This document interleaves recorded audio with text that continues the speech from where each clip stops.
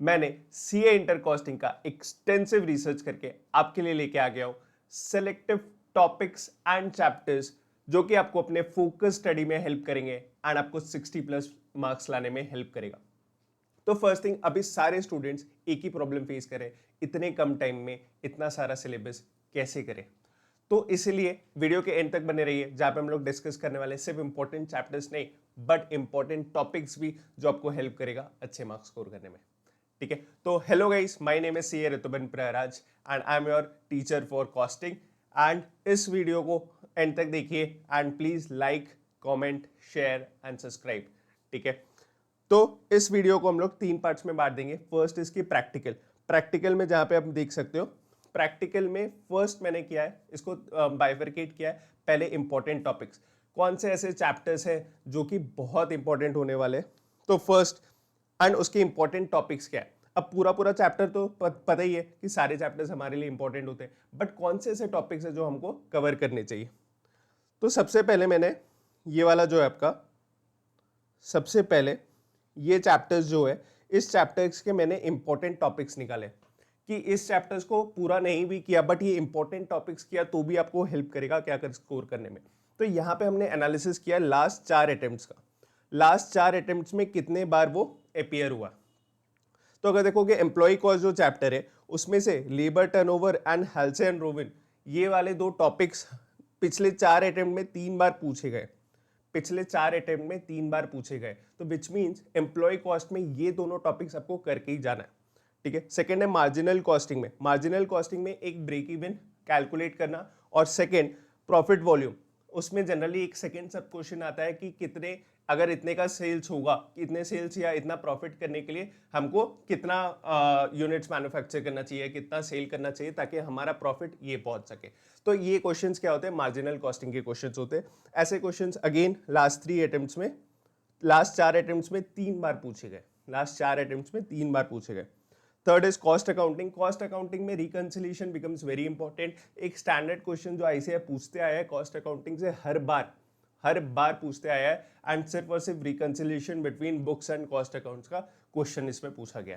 ठीक है, तो इस पे फोकस करना। सिर्फ एक बार ऐसा हुआ था जब जर्नल एंट्री पूछा गया था, बाकी मोस्ट ऑफ द टाइम क्या पूछा गया, रिकंसिलिएशन।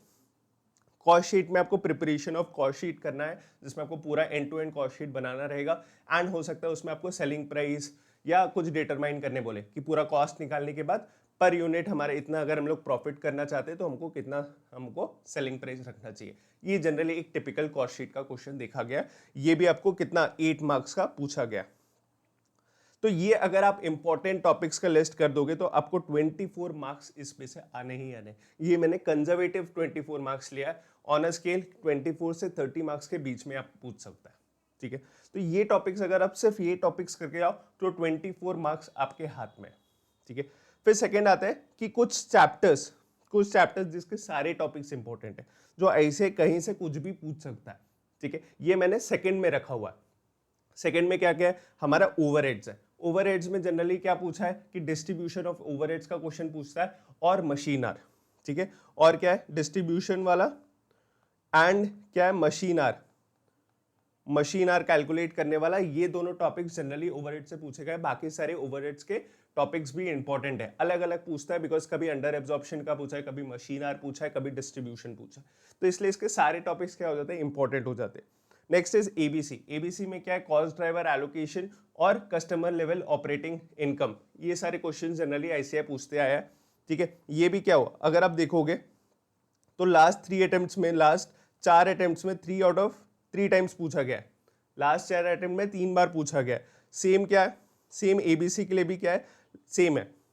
और सर्विस कॉस्टिंग में लास्ट चारों के चारों अटेम्प्ट में पूछे गए, ऑल 4 अटेम्प्ट्स।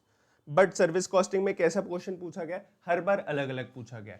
कैसे पूछा गया, फर्स्ट पूछा गया था कि फ्लाइट का कॉस्ट निकालने के लिए, फिर मूवी का कॉस्ट, थिएटर का कॉस्ट निकालने के लिए कि कितना टिकट प्राइस होना चाहिए, फ्लाइट का कितना टिकट प्राइस होना चाहिए, और हमारा क्या पूछा गया था, बस का पैसेंजर किलोमीटर्स के हिसाब से कि बस की टिकट प्राइस कितनी होनी चाहिए। और दूसरा जनरली क्या होता है, जैसे फ्लाइट और बस में क्या कर देता है, एक प्राइस बोल देता है कि अगर हम लोग इस प्राइस में सेल कर रहे हैं तो हमारी प्रॉफिटेबिलिटी कितनी होगी। ठीक है, तो ये जनरली अलग अलग पूछता है। तो चारों अटेम्प्ट्स में अलग अलग क्वेश्चन पूछा हुआ है, इसलिए सर्विस कॉस्टिंग का भी क्या हो जाता है, सारे टॉपिक्स करना इट बिकम्स वेरी इंपॉर्टेंट।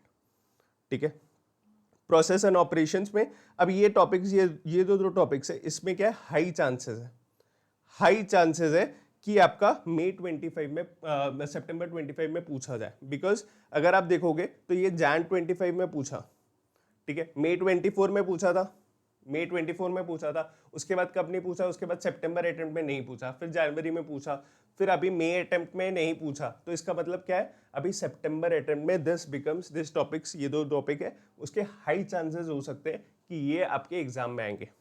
ठीक है, क्या है process and operations, process and operations में क्या है, प्रोसेस अकाउंट्स, जिसमें आपका रहेगा प्रोसेस एक्स का अकाउंट बनाना, प्रोसेस वाई का अकाउंट बनाना, फिर एबनॉर्मल गेन एंड लॉस का प्रॉफिट, गेन एंड लॉस का अकाउंट बनाना, और कॉस्टिंग पीएनएल, ये चार अकाउंट का प्रैक्टिस कर लेना कि ये चार अकाउंट कैसे बनाते हैं एंड कैसे इसमें हम लोग एंट्रीज रिकॉर्ड करते हैं। ठीक है, फिर आते हैं मटेरियल कॉस्ट में। मटेरियल कॉस्ट में EOQ and levels of stock, ये दोनों के वेरी वेरी हाई चांसेस है, ये दोनों के वेरी वेरी हाई चांसेस है किसमें पूछने के लिए, आपके सितंबर 25 के अटेम्प्ट के लिए पूछने के लिए।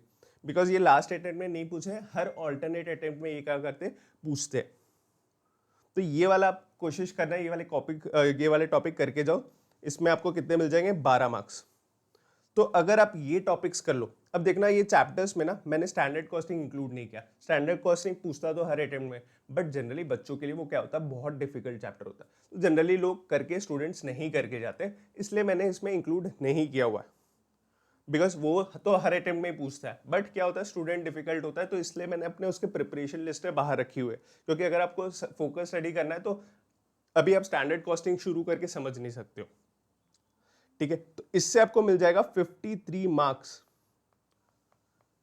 अब समझ रहे हो, ये इंपॉर्टेंट टॉपिक्स, ठीक है, ये वाले इंपॉर्टेंट टॉपिक्स, ठीक है, ये वाले इंपॉर्टेंट टॉपिक्स एंड ये वाले टॉपिक्स एंड कुछ ये चैप्टर्स करके, ये 3 चैप्टर करके आपके कितने हो जाएंगे, 53 मार्क्स आप सिक्योर कर सकते हो। कितना मार्क्स सिक्योर कर सकते हो, 53 मार्क्स। तो आपके ये 53 मार्क्स हाथ में है, प्लस थ्योरी में 2 चैप्टर आप करके ही जाना। अब सर बहुत लोगों का होता है कि थ्योरी में क्या करके जाए, बहुत लोग थ्योरी छोड़ के भी जाते हैं, बट मैं बोलूंगा 2 चैप्टर करके जाओ, सिर्फ और सिर्फ 2 चैप्टर। क्यों?